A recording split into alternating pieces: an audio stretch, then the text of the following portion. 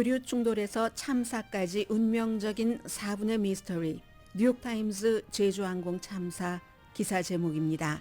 이 4분이 지난 몇 년 사이 세계 최악의 항공 참사의 실마리를 풀 수 있는 핵심입니다. 조종사는 지상에서 준비가 안 됐음에도 왜 동체 착륙을 서둘렀어야만 했는가? 여기서부터 기체 결함, 제주항공이 이윤을 극대화하기 위해서 안전에 소홀하지 않았는지 등 답보다 의문이 많은 시점입니다. 제주항공과 사고기인 보잉사 주식은 지금 크게 내려가는 중입니다. 지미 카러 미국 39대 대통령이 100세로 사망했습니다. 워싱턴 아웃사이더로 대통령에 당선돼 워싱턴 아웃사이더에게 져서 재임에 실패한 지미 카러 전 대통령은 가장 도덕적인 미국 대통령으로 평가받고 있습니다. 카터가 백악관 지붕에 태양광 패널을 설치했고, 그리고 그가 지고만 레이건이 그 태양광 패널을 걷어냈습니다. 지미 카러 전 대통령은 박정희 시대에는 인권을 문제로 들어 주한미군 철군을 주장하기도 했고 94년에는 핵 문제로 김일성 주석과 만나기도 했습니다. 미국 크레딧 카드 채무 불이행이 2008년 금융위기 이후에 최고 수준으로 올라갔습니다. 2024년이 오늘까지 이틀 남았습니다. 일주일 뒤에 미국은 의사당 폭동 사건 4년째를 맞이합니다. 폭동 사건 당시 의사당을 청소한 것으로 잘 알려진 앤디 김 연방상원 의원은 의사당 폭도가 해방자로 둔갑하고 의사당 폭동이 은폐되는 역사가 두렵다고 말합니다. 미국 전역에서 노로바이러스 감염자가 늘어납니다. 여러분 안녕하십니까? 오늘의 미국 강혜신입니다. 오늘 미국 신문, 주요 신문의 일면에는 위에는 미국의 대통령이니까 지미 카러 전 대통령 사망 소식이 실려 있고, 그리고 그 아래나 옆으로 어제 이미 모든 세계 매체의 탑 뉴스였음에도 불구하고 제주항공 참사를 오늘도 보도하고 있습니다. 섣달 금음인 오늘 대한민국은 지금 침울합니다. 그리고 대한민국 밖에서 대한민국을 바라보는 세계 어느 나라에서 살고 있는 한국인이라 할지라도 모두 침울합니다. 제주항공 보잉 737-800 참사, 한국 날짜로 일요일 아침 그 스케줄보다 30분 늦은 시간에 이 제주항공이 181명을 태운 채 무안 국제공항에 착륙하려던 중 일어난 이 참사. 어제 이제 미국과 해외 언론은 오히려 이 참사 원인에 대해서 더 많이 분석을 했고요. 오늘은 이제 그게 이제 한국 쪽에도 들어가는 것 같습니다. 왜냐하면 초기에는 한국에서는 뭐 조류 충돌 여기에 이제 포커스를 많이 뒀던 것 같고요. 어쨌든 그 비행 경력이 거의 7,000시간인 베테랑 조종사는 3대가 있다는 경고를 받았고, 짧은 시간 동안에 2번의 착륙 시도를 하던 도중에 착륙하기 전에 사고를 일으키기 전에 엔진이 불탔고 비행기는 남쪽 콘크리트 구조물 벽에 부딪혔습니다. 꼬리에 있던 2명 승무원만 생존했고 모두 사망했습니다. 지금 이 순간에는 이 참사에 대해서 대한민국 땅에서 일어난 그 항공 참사로는 가장 사망자가 많았고 세계적으로도 5년 사이에 이제 최고라고 하는, 여기서 가장 중요한 일은 유가족들이 무엇을 원하는지, 가능하면 유가족들이 지금 원하는 일을 해드리는 그것일 겁니다. 우리 가족의 시신을 먼저 보고 싶겠죠. 그런데 여러분들께서 비디오로 많이 보셨겠지만 그런 상황이기 때문에 시신을 알아보기도 힘들고 해서, 그리고 이제 그 유가족들에게 이제 여러 가지 뭐 사랑하는 사람을 왜 그렇게 보냈어야지만 됐는지 이유를 알고 싶어 하실 겁니다. 그래서 비행기 그 참사에 대해서는 빨라도 몇 개월, 또 길면은 몇 년 이 사고 원인 조사에 시간이 필요하지만 그래도 이제 그분들이 알고 싶은 것이기 때문에 그걸 모르고 어떻게 밥을 먹고 잠을 자고 정상적으로 울고 웃고 할 수가 있겠습니까? 그래서 항공사고 원인에 대해서 많은 사람들이 유가족이 특히 알고 싶어 하기 때문에 그 이후에도 이 같은 참사를 막아야지 되기 때문에 완전한 결론이 나오기 전에 아마 그 궁금해들 하실 겁니다. 4분 동안에 무슨 일이 일어났는가? 랜딩 기어, 그 바퀴가 내려오지 않아서 먼지, 연기, 불꽃 가득한 그런 구름에 휩싸인 채 속도를 늦추지 못한 채 완전히 빠른 속도로 820피트 떨어진 콘크리트 그 구조물에 부딪혔습니다.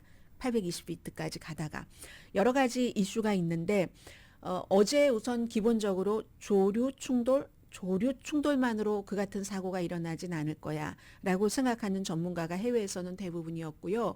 그리고 이제 활주로 이건 이제 그 규정에 맞게 됐다고 하고 충분히 뭐 국제선이 이착륙을 할 만한 것이라고는 하지만 여전히 여기도 이제 약간의 이슈는 있고 그리고 이제 그 철새의 서식지니까 그런 문제도 있는데 오늘 이제 새롭게 더 많이 한국 밖에서 부각하고 있는 이슈부터 조금 보겠습니다.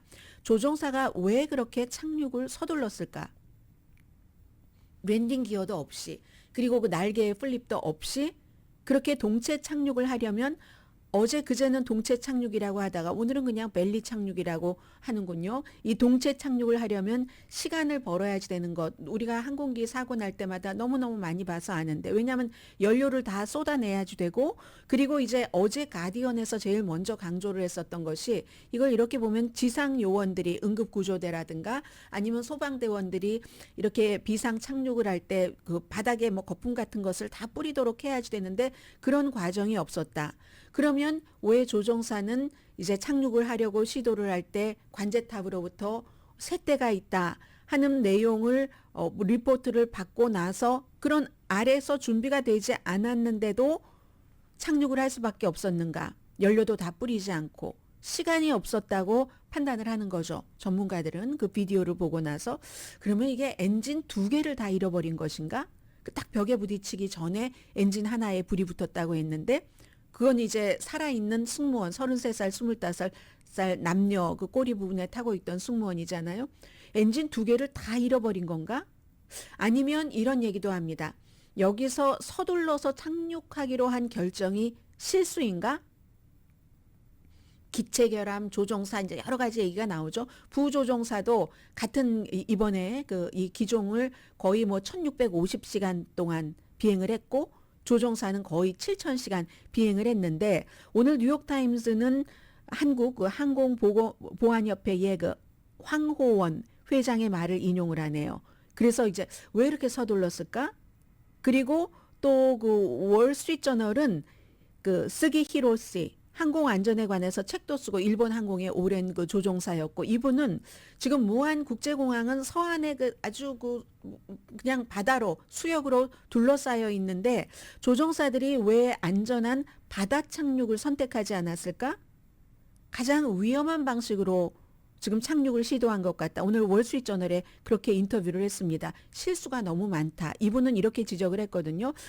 동체 착륙은 서둘러서 할 일이 아니다. 하는데 그러니까 뭔가 이유가 있었을 것이다. 왜 그렇게 서둘러서 동체 착륙을 했을까? 미국에서 살고 계시는 분들은 동체 착륙에서 가장 그 유명한 것을 기억하고 계실 겁니다. 그게 2009년도였네요. 맨하튼과 그 뉴저지 사이에서 그 랜딩 기어 내려오지 않고 했었을 때 그러니까 조류, 더 중요한 것은 조류와 충돌을 해서 엔진 2개 다 못 쓰게 됐고 허드슨강에 아주 그냥 무슨 뭐 백조처럼 앉아서 그때의 그 조종사를 그 해의 영웅으로 했었잖아요. 그런 점들. 그런데 왜 이 조종사는 7000시간이나 거의 같은 기종을 조종을 했는데 그렇게 서둘러서 착륙을 할 수밖에 없었는가? 혹시 기계 결함이 있었던 것 아니야? 정비는 제대로 한 거야? 너무 비행기나 조종사를 심하게 이렇게 일을 시킨 것 아니야? 뭐 이런 얘기요. 그럼 기체 문제를 말씀드리겠습니다. 보잉 737-800은 보잉 737 맥스가 최근에 아주 미국에서 여러 차례 위험한 그 사고를 일으켰고 인명사고가 없었던 것도 있고 해외에서는 인명사고가 많이 난 것도 있고 그런데 이 보잉 737-800은 보잉 737 맥스의 전신으로 가장 그 안전한 항공기 중에 하나다. 세계에 항공기가 28,000대가 있는데 그 가운데 15% 4,400대가 보잉 737-800이고 미국에서는 그 피닉스로 향하던 알래스카 그 보잉 737-800이 객실에서 연기가 났었잖아요. 올해 3월 달이었습니다. 그래서 그 항공기가 포틀랜드로 돌아가기도 했는데 이게 이제 같은 이번 기종이죠. 랜딩 기어를 내릴 수 없는 경우가 드물고 자동으로 안 내려와도 수동으로 할 수도 있고 그리고 나서도 또 어떤 그 백업 장치가 있는데 왜 그게 안 됐을까? 미국의 교통안전위원회와 연방 그 항공국의 어떤 그 전에 그 조사관으로 일을 했었던 제프 구제티 씨가 얘기를 한 겁니다. 이상하다. 이게 1차, 2차 다 있는데 왜 그랬을까?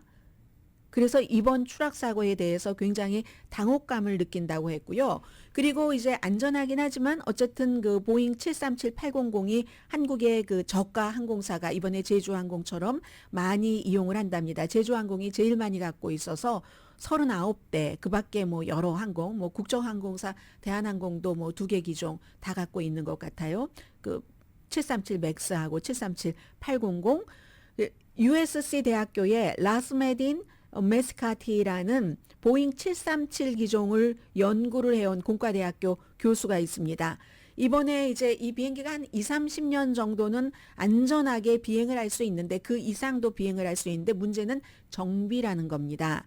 이번에 그 제주항공에 따르면 제주항공은 이 추락한 비행기가 15년 됐는데요. 이건 이제 항공 추적 웹사이트 Flight Trader 24에 따르면 그렇다는 겁니다.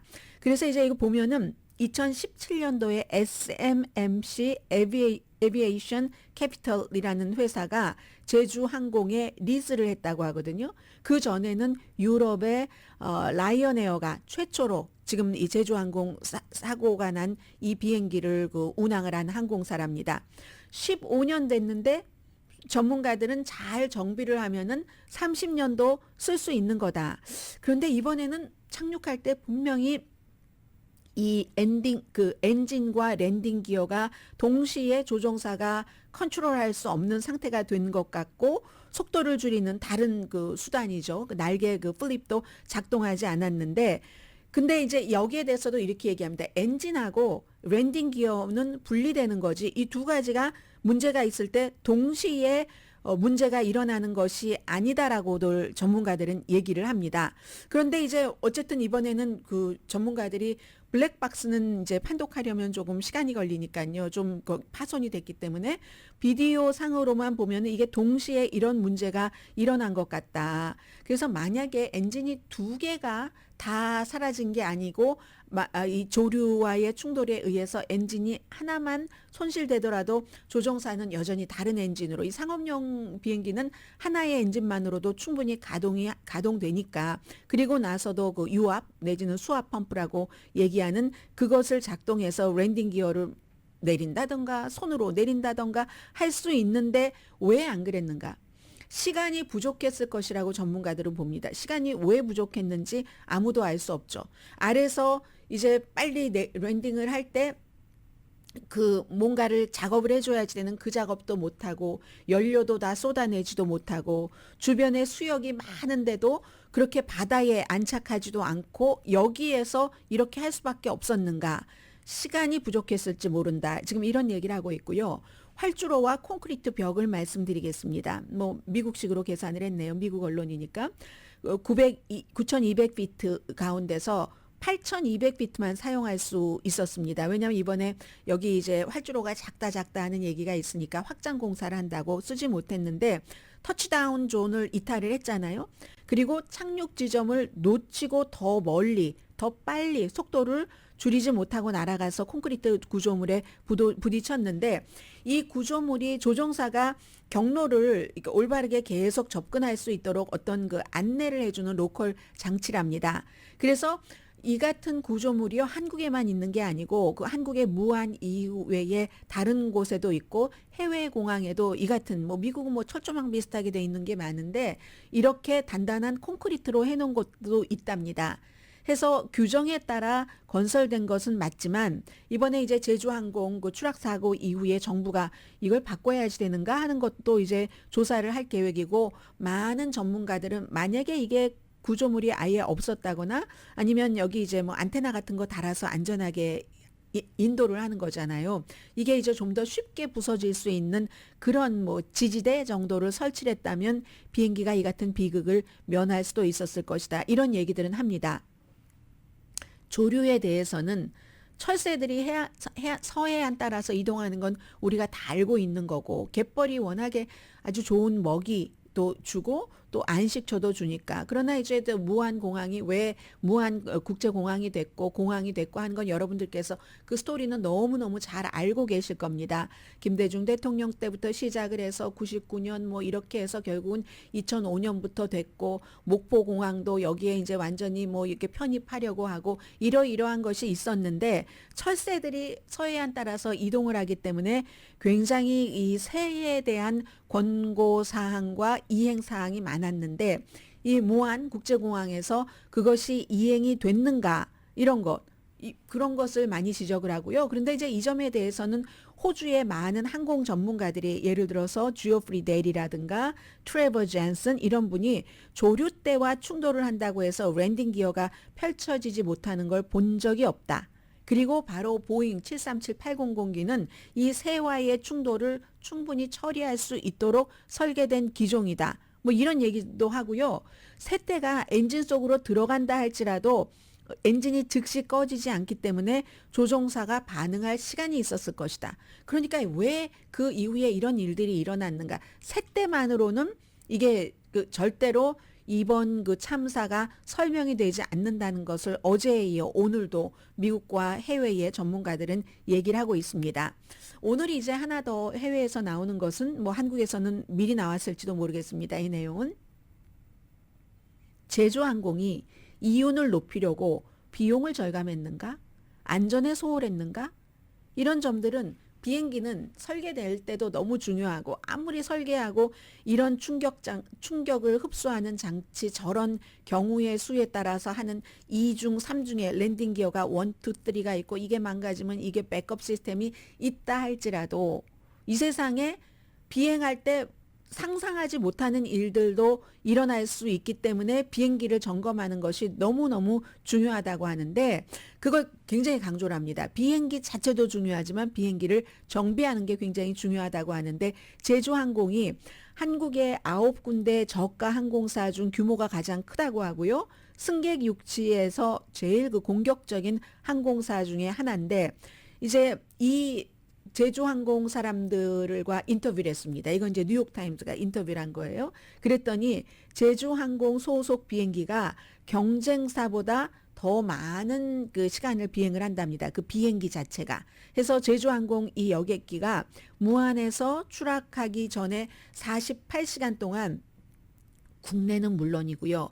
중국, 대만, 이번에 대만에서 이제 오다가 그렇게 됐죠. 말레이시아, 일본 등을 12차례 왕복을 했답니다.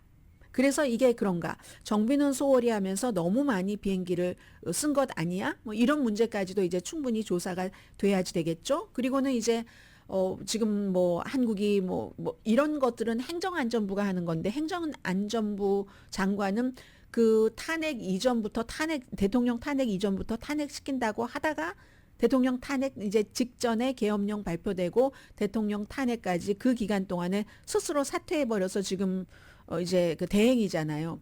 그리고 또 대통령 대행도 또 탄핵돼서 또 대통령 대행이 되고 있고, 너무너무 이 어려운 상태에서 최상목 그 대통령 권한대행이 전체적으로 737-800 항공기에 대해서 안전점검을 이제 해라 이렇게 얘기를 하고, 뭐 약간의 또 같은 기종이 뭐 김포에서 출발을 해서 제주도로 향하던 중 문제가 있었는데, 그 문제가 고쳐졌는데도 조종사가 이건 아니다 해서 이제 김포로 돌아갔다고 하고, 이런 문제들이 아무튼 있습니다. 그래서 이제 미국의 교통안전위원회가 지금 주도를 하고요. 이걸 이제 한국 자체로만 조사를 하지 않고, 비행기 자체가 보잉이니까 보잉사라든가 또 그 엔진을 제조한 회사, 이 엔진은 미국의 그 제너럴 일렉트릭의 에로스페이스하고 프랑스의 사프란 에어크래프트 엔진스, 그러니까 벤처네요. 이런 회사들도 들어가고 또 연방항공국도 들어가서 아마 같이 조사를 할 것 같습니다. 그런데 이제 이 모든 것들을 뭐 새떼 충돌, 또 활주로의 길이, 뭐 인천 국제공항보다 활주로가 엄청 짧아요. 이 무안 국제공항이 활주로 문제, 또 그 세대 문제, 활주로 문제, 기체 결함, 조종사의 판단, 뭐 여러 가지 이 문제들은 결국은 블랙박스 이제 두 개 가운데 하나가 조금 손상된 것 같은데 그걸 완전히 해독을 해봐야지 알고 그러려면 이제 시간이 조금 걸리고요. 전문가들의 공통적인 의견은 이런 것 같습니다. 뭐 영국이나 호주나 미국이나 한국의 모든 전문가들의 공통적인 의견은 비디오만 봤을 때에 치명적인 요인들이 하나가 아니라 여러 개가 이제 결합된 그런 것인 것 같다. 여기에 이제 뭐 다 서로가 입장이 다른 거잖아요. 이 비행장을 여기다가 꼭 했어야지 되느냐. 이렇게 여기에 반대하는 사람들은 이 점을 주장을 하고 또 뭐 항공사에서는 우리는 뭐 기체 결함 절대 없었고 뭐 돈을 아끼려고 뭐 정비를 제대로 안 했다던가 비행기를 너무 많이 일을 시켰다던가 조종사를 이런 일은 또 절대로 없다고 하고 각자가 그러니까는 가장 편안한 게 조류 충돌에 의한 사고다 이렇게 하려고 하다가 전문가들 의견들도 있고 세계에서 먼저 그건 이제 조류 충돌만으로는 이렇지 않다는 얘기가 나오니까 이제 결국은 분석을 해야지만 섣불리 판단할 수는 없는 문제고요. 그런데 이렇게 말씀드리는 것이 유가족들이 알고 싶어 하시니까 이런 문제들을 그리고 유가족뿐만이 아니라 일반인들도 마찬가지고요. 아무튼 대한민국은 섣달 금음에 최악의 대한민국 밖에서 계신 분들도 마음이 이런데 한국에 계신 분들 유가족 분들께는 미처 뭐 말이 빈말인 것 같아서 말씀도 못 드렸지만 모든 분들이 해외에서 전부 여러분들을 그 생각하고 있고요. 뭐 드릴 말씀이 없고 그냥 마음으로 많이 생각하고 있다. 이 정도 말씀밖에 드릴 수가 없어서 정말 죄송합니다. 잠시 뒤에는 미국의 39대 대통령 지미 카러 결국은 이제 세상을 떠났는데 이분은 사람이 어떻게 살아서 어떻게 다른 사람에게 평가를 받고 본인은 행복했는가 하는 인간 자체를 보여줍니다. 잠시 뒤에 전해드립니다.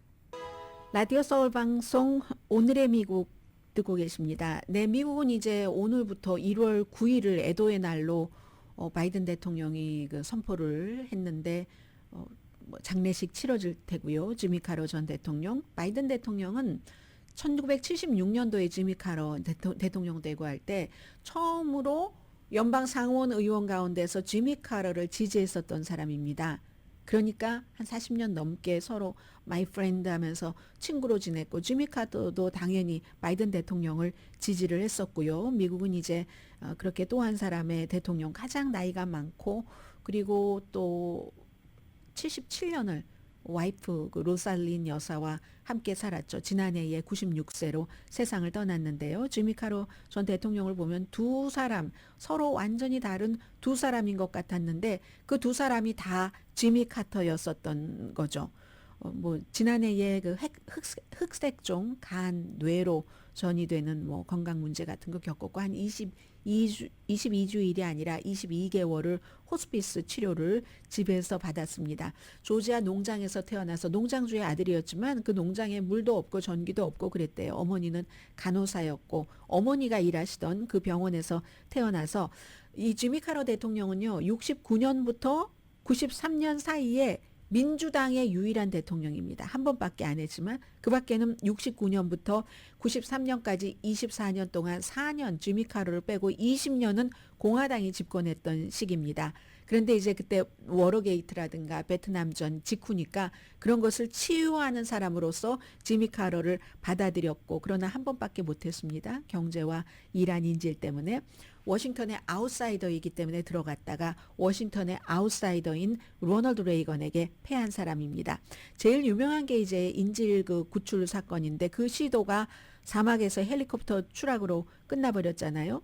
그때 참 그 지미 카러 아래서는 인질이 풀려날 가능성이 없다. 이렇게 미국 사람들이 판단했을 때 재선에서 캘리포니아 출신 주지사 로널드 레이건에게 돌아버렸습니다. 지미 카러가 대통령이 될 때도 참 시골 촌뜨기다 하는데 조지아의 주지사였으니까요. 그 전에 조지아의 상원이었고 그 전에는 해군이었고 핵물리학자였고 그래서 이제 아무튼 본인도 신선하다 해서 당선됐었는데 신선하다 하는 레이건에게 진 사람인데 근데 사실 이것도 나중에 보니까요. 뉴욕타임스가 2023년 지난해에 보도를 했거든요. 그 당시에 로널드 레이건 그 주변 사람들이 이란과 속삭속삭 말하자면 해서요. 속삭속삭 해서 선거가 끝날 때까지는 인질을 안 풀어주는 걸로. 그리고 그 인질은 로널드 레이건이 취임하고 나서 풀려났습니다. 지미 카러 그 주변 사람들은 그랬어 그때 하고 오랜 동안 의심했는데 결국은 모든 증거 같은 것을 취합을 해서 뉴욕타임스가 지난해에 그렇게 보도를 했습니다. 한국 사람으로서는 이 사람은 3번 북한을 갔죠. 93년도 그 이후에 2000년도에도 갔는데 93년이 아니라 94년 김일성 주석과 만난 것 이게 제일 중요하고 핵 문제 이런 것 해결하겠다고. 그래서 한 번은 이 지미 카러가 가장 도덕적이고 나는 거짓말을 안 할 거야 하는 솔직한 사람인데 트럼프 대통령 당선인과 코드가 맞을 리는 없죠. 그런데도 한 번 트럼프 대통령을 대통령 당시에 칭찬했었던 적이 있습니다.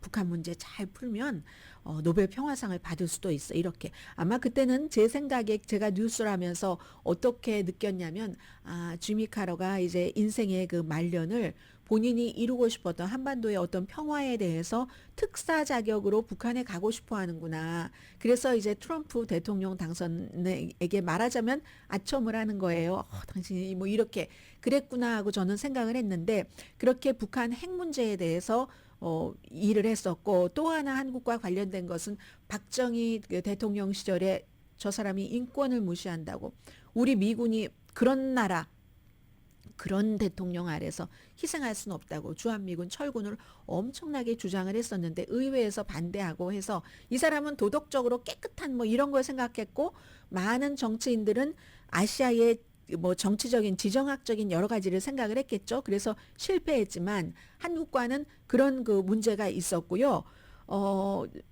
그 썬데이 스쿨을 오랜 동안 뭐 젊어서부터 지금까지 한 것은 너무 유명한 거고 해군 사관학교를 졸업을 했는데 그리고 나서 핵잠수함 프로그램 거기에 이제 핵물리학자로 일하다가 53년도에 아버지가 돌아가셔서 할 수 없이 이제 땅콩 농장을 이어받기 위해서 군에서 나와서 주 상원의원을 하고 주지사를 했는데 지금부터 말씀을 드립니다.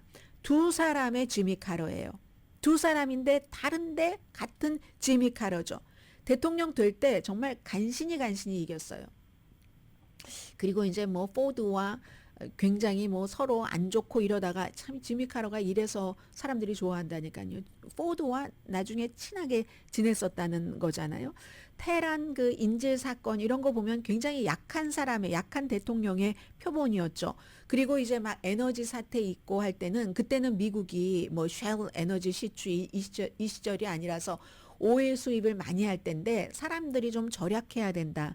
본인은 끝까지 근검 절약한 사람이잖아요.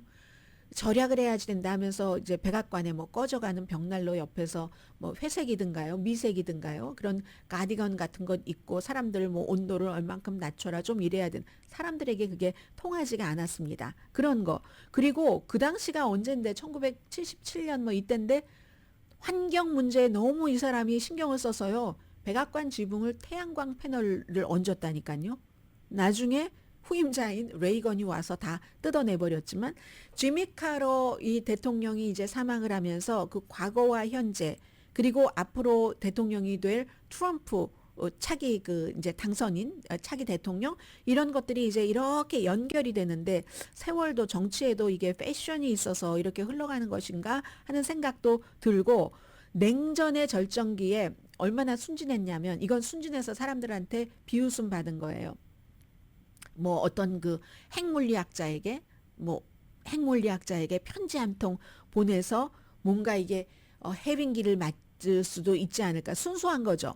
그런 사람이었고 또 낚시하다가 뭔가 그 늪지대 그 토끼 있잖아요. 물에서도 헤엄을 치는 막 토끼에게 습격당했다. 언론이 미우니까 막 과장을 해서 그래서 굉장히 겁 많은 사람 이렇게 보여주기도 하고 뭐 조깅하다가 일사병에 걸리고 플레이보이 잡지와 인터뷰할 때 내가 마음속으로 간음을 저질렀었다. 이렇게 고백을 해서 사람들이 얼마나 조롱했는지 몰라요.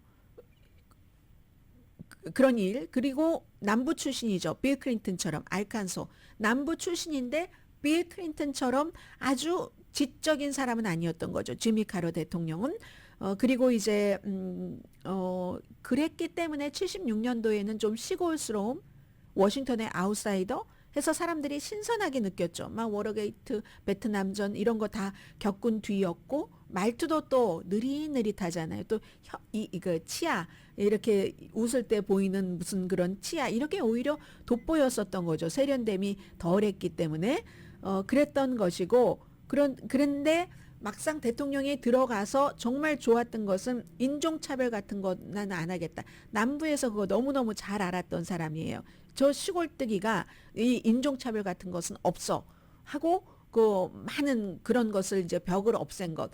그러나 시골뜨기 그 당시에 이제 조지아 주지사가 대통령으로 들어가면서 조지아 마피아라고 불렸습니다. 그 당시에는 뭔가 경험도 없고 아니면 부패했거나 이런 사람들과 같이 백악관에 들어갔죠. 아주 뚱뚱하고 부패한 것으로 유명한 예산국장 버틀랜스 그리고 시골 출신의 좀 순박했던 비서실장 뭐 해밀턴 조던이라든가 또 지미 카러도 항상 대통령 주변에는 가족들이 있는데 빌리라는 동생이 얼마나 형의 이름을 이용하고 다녔는지 빌리라는 맥주를 만들어서 막 홍보하고 내가 형과 말이야 이런 형 동생 때문에 좀 골치를 알았어요. 빌리 비어라는 이런 것을 해서 했고 그렇지만 직책에서 대통령에서 딱 물러나고 나서 두 번째 사람이 됐죠. 굉장히 효과적으로 일하고 대통령에 있었을 때는 아주 솔직하고 그렇긴 했는데 순수하긴 했는데 의회와 막 협상하는 걸 잘 못하고 했어요.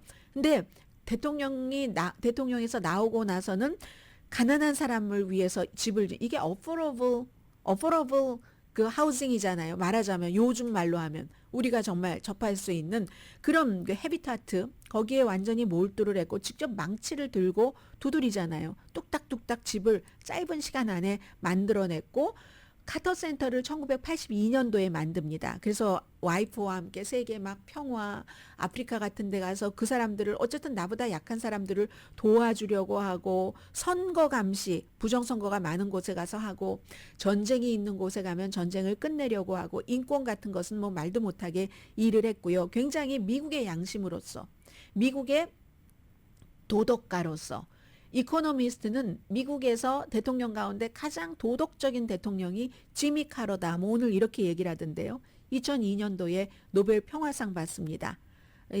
뭐 이집트 대통령, 이스라엘 대통령, 막 캠프 데이비드에서 그 평화 협정 같은 것 하게 하고 했잖아요. 이건 완전히 그 펜실베니아 1600 에비뉴에 있을 때는 누려보지 못했던 그 같은 그 누려보지도 못하고 부려보지도 못했던 위상이죠.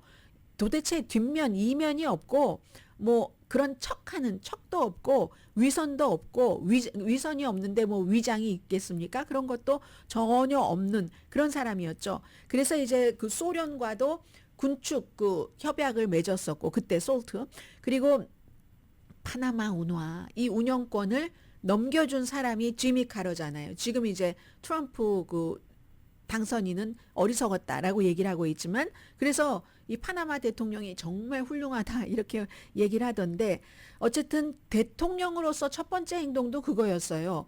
이 베트남 징병을 피한 모든 사람들을 사면했죠. 왜 그랬겠습니까? 이게 결국은 미국이 가장 깊은 그 균열이 있는 것을 이렇게 합쳐야지 된다. 그런 사람들을 막 벌 주고 너 과거에 그랬었지 색출해서 막 보복하고 이런 걸 한 게 아니라 그 사람들도 다 나름대로 이유가 있었고 하니까 또 반대의 목소리가 있다 할지라도 모든 사람들을 징집을 피한 사람들을 사면을 해줬죠. 인간이 같이 결합을 해야지 된다 이런 얘기. 그래서 짐 크로 시대에도 조지아 주에서 그 같은 같은 그 길에 살던 흙길이죠. 뭐 전기도 없었고 물도 수돗물도 안 나왔다고 하니까 흑인 농장 소년들과 같이 놀았습니다. 이 백인 지미 카러는 그리고 조지아 주지사 시절에도 흑인 후보자 판사로 많이 이제 선택을 하고 대통령이 할 수 있는 권한이 있는 그 안에서 그리고 주 의사당에 막 흑인들 아주 중요했었던 사람들 초상화 같은 것도 무척 많이 걸어뒀고 그랬다는 거죠. 뭐 아무튼 대통령이었었을 때 의회와 협력하는 것은 뭔가 빈말도 해야지 되고 뭐 좀 수도 써야지 되고 하는데 그런 것은 못했죠. 못해서 못했는데 어쨌든 이 나머지 그 부분에 대해서는 대통령에서 떠나고 나서는 아주 그 효율적으로 일을 잘했었다는 얘기를 합니다. 뭐 제일 중요한 것은 문제는 경제야 이거였었죠. 뭐 스태그플레이션 오래 지속됐고 오일값 컸고 거기다가 이라크 이런 문제 있고 아무튼 그랬었죠. 근데 이제 워싱턴에서는 어쨌든 대통령으로서 화려한 생활을 하지 않았겠어요? 은퇴한 뒤에 보통 대통령들이 뭐 버락 오바마를 포함해서 어디에 연설을 하러 다닌다던가 하면서 강연료 많이 받고 편안하게 지냅니다. 지미 카러는 그러지 않았어요. 그냥 여전히 평생 뭐 해왔던 막 목수일 하고 조용하게 낚시하고 집도 예전 집 그대로 살고 뭐 이런 일로 하면서 꾸준하게 썬데이 스쿨에서 아이들에게 가르치고 예수의 가르침 그대로 실천하는 사람 아니에요. 겸손하고 이웃을 사랑하고 뭐 그들이 원하는 일, 옳은 일을 해준다 하는 거. 그리고 심지어 이 사람은 그 종교도 이제 그 얘기는 나중에 말씀드리죠. 미국이 굉장히 지금도 뭐 그렇긴 하지만 종교적이긴 하지만 보통 이제 무슨 뭐 장로교라든가 막 이런 그 선택 같은 것을 많이 하는데 그런데 이 지미 카러는 여성에게 평등한 것을 인정하지 않는다 해서 남침례교와 관계를 끊었습니다. 여성에게 공평하지 않다 해서 지금은 이제 남침예교도 많은 것을 많이 바꾸지만 이제 그런 일도 종교적으로는 그 정도라고 말씀을 드릴 수 있고요. 그리고 또 뭐가 있나요? 여성의 여성 뭐 이런 정도 책을 많이 썼는데 책을 많이 쓴 것 가운데 대부분이 종교에 관한 것이었고요. 그리고 또 뭐가 있나요? 닉슨과 포드 시절에 또 그때는 막 헨리 키신저 아주 끊임없는 막 현실 정치 이런 것 했잖아요. 그래서 외교에서 인권을 주장해야 된다. 외교에서도 이 지미 카러의 인권 이게 별로 영향력을 미치지 못했지만 이 사람의 신념을 의심한 사람은 없었습니다. 퇴임했을 때가 56살 젊은 나이였는데 그 젊은 나이 그 이후에도 조지아주에서 아주 겸손하게 살았고요. 제럴드 포드와 지속적인 우정 계속 이제 지켜나갔습니다. 그래서 포드 장례식에서 추도사 했잖아요. 포드 장례식에서 지미 카러가 추도식을 했죠. 2007년도였습니다. 그리고는 22개월 동안 호스피스 생활을 하다가 카멜라 해리스에게 투표를 했고요. 아팠는데도 아내의 장례식 지난해에 참석을 했고 그리고 이제 본인이 이 세상을 떠났는데 많은 사람들이 많은 얘기를 하죠. 그런데 저는 품위와 연민이 이제 지미 카러가 가졌던 가장 중요한 거다. 뭐 이런 얘기를 한 사람 뭐 누가 그랬던가요? 오바마가 그랬던 것 같아요. 품위가 필요한데 품위가 있다. 그리고 76년도는 미국이 굉장히 예절 바르고 이 매너가 있고 그랬던 시절인데 성실하기도 하고 지금은 미국이 굉장히 그 무례함, 분열 이런 것으로 그런 부분에서는 퇴보했죠. 그런데도 전 대통령이 사망했긴 했지만 미국과 세계의 지미 카러 전 대통령 사망 보도가 이만저만이 아닙니다. 그 사람이 인간적으로 품위가 있고 그리고 솔직했고 다른 사람에 대해서 연민도 가졌고 그랬기 때문에 그런 거겠죠. 아무튼 그리고 트럼프 그 대통령 당선인도 미국인의 삶을 좋게 하기 위해서 본인이 할 수 있는 모든 일을 다 했다. 그 점에 대해서 우리는 그에게 뭐 감사해야지 된다. 이런 얘기를 했다는 건 말씀드리고요. 앞으로 이제 1월 9일까지 뭐 굉장히 지미 카러 전 대통령에 관한 뉴스를 많이 들으실 것 같고 그리고 대통령 제가 이 얘기를 들으면서도 또 한국을 생각하게 됐는데 대통령 임기 동안 지미 카러가 모든 책임은 나에게 있어. 이거 상기하기 위해서 해리 트루먼의 The Buck Stop Here. 그 모든 책임은 stopped 나에게 있어. Here 이 표지판을 윤석열 대통령처럼 지미 카러 전 대통령도 본인의 책상 위에 놓고 직무를 했었던 사람입니다. 라디오 서울 방송 오늘의 미국 듣고 계십니다. 보잉 주식이 오늘 뭐 장 열기 전에 뭐 3%, 4% 이 정도 내려가다 지금 많이 회복됐네요. 그래도 1.57포인트 지금 내림세 보이고 있고요. 이 모든 것들이 이제 제주항공 사고 때문에 그렇겠죠. 제주항공 주가도 뭐 어제 보니까 뭐 8% 이상, 8.65% 내린 채 마감했습니다. 미국 경제를 조금 생각을 해볼 수 있는 건데 소비자들의 지갑을 크레딧 카드 채무 불이행이 2008년 금융위기 이후에 최고 수준으로 올라갔답니다. 이건 이제 지난 몇 년 동안 계속 인플레이션 높았었고 그리고 그 소비자들이 쓸 수 있는 돈이 없어진다는 그런 그 신호가 되는 거죠. 2024년도 첫 9개월 동안 그 크레딧 카드 회사들이 한 460억 달러 정도는 회수하는 것을 포기했답니다. 채무 불이행하는 거 이렇게 보다 보면 이건 아니겠다. 이건 이제 포기해야지 되겠다. 이렇게 포기하는 것 있잖아요. 그렇게 해서 지난해 같은 기간보다 이게 카드 회사에서 회수를 포기한 금액이 50%가 늘어났답니다. 14년 만에 최고 수준입니다. 무디스 그 책임자인 그 마크 젠드 씨가 얘기를 합니다. 여기도 마찬가지예요. 돈 많이 버는 고소득 가구는 상관없지만 미국 그 소비자의 그 아래 소득 한 3분의 1 정도 버신 아래의 3분의 1 정도 그런 그룹은 지금 이제 더 이상은 돈이 없어서 저축률이 0이다. 왜 팬데믹 때 이렇게 저렇게 해서 이제 조금 저축이 되고 했었던 그런 것들 이제 다 쓰고 없다는 얘기입니다. 자, 그래서 은행들은 아직 그 4분기 실적을 발표하지 않았지만 여러 가지 그 뭐 JP 몰건 체이스라든가 시리그룹 그리고 또 캐피털 원도 마찬가지로요. 이렇게 회수 불가능한 비율 그런 것들이 높아졌다. 이 정도로 보고 있습니다. 지금 전체 빌려준 그 돈 크레딧 카드에서 쓰고 있는 것 가운데서 6.1%는 우리가 회수가 불가능해. 지난해 5.2%에서도 상승한 거고요. 자, 참 팬데믹 때 그때는 흥청흥청 캐시가 조금 있었고 그리고 캐시가 은행에 있으니까 크레딧 카드 회사에서도 그런 거 보고 대출을 해주니까 어떠한 그 상한선 같은 것도 올려주고 했는데 지금은 이제 그게 이제 역전됐다 하는 얘기가 되는 거죠. 카드의 밸런스 내야지 될 돈만 올라가고 이제 못 내는 사람들 늘어나고 지금 이제 경제가 그쪽으로 가고 있다는 것을 여러분들 생각을 하셔야지 되고요. 그래서 이자만 내는 그런 사람들도 늘어나게 되고 저소득층에 이제 이게 특별히 영향이 많은 거고 결국은 연방준비제도가 내년에 이자율을 뭐 한 뭐 4번이 됐건 얼만큼이 됐건 1% 정도 올릴 것이다가 9월 달에 예상이었는데 지금은 0.5% 올리는 게 아니라 내리는 거요. 0.5% 반이잖아요. 반 내리는 당초 예상보다. 그렇게 지금 예측이 된 거잖아요. 이런 것들은 전부 다 소비자들이 어려움을 겪고 있다.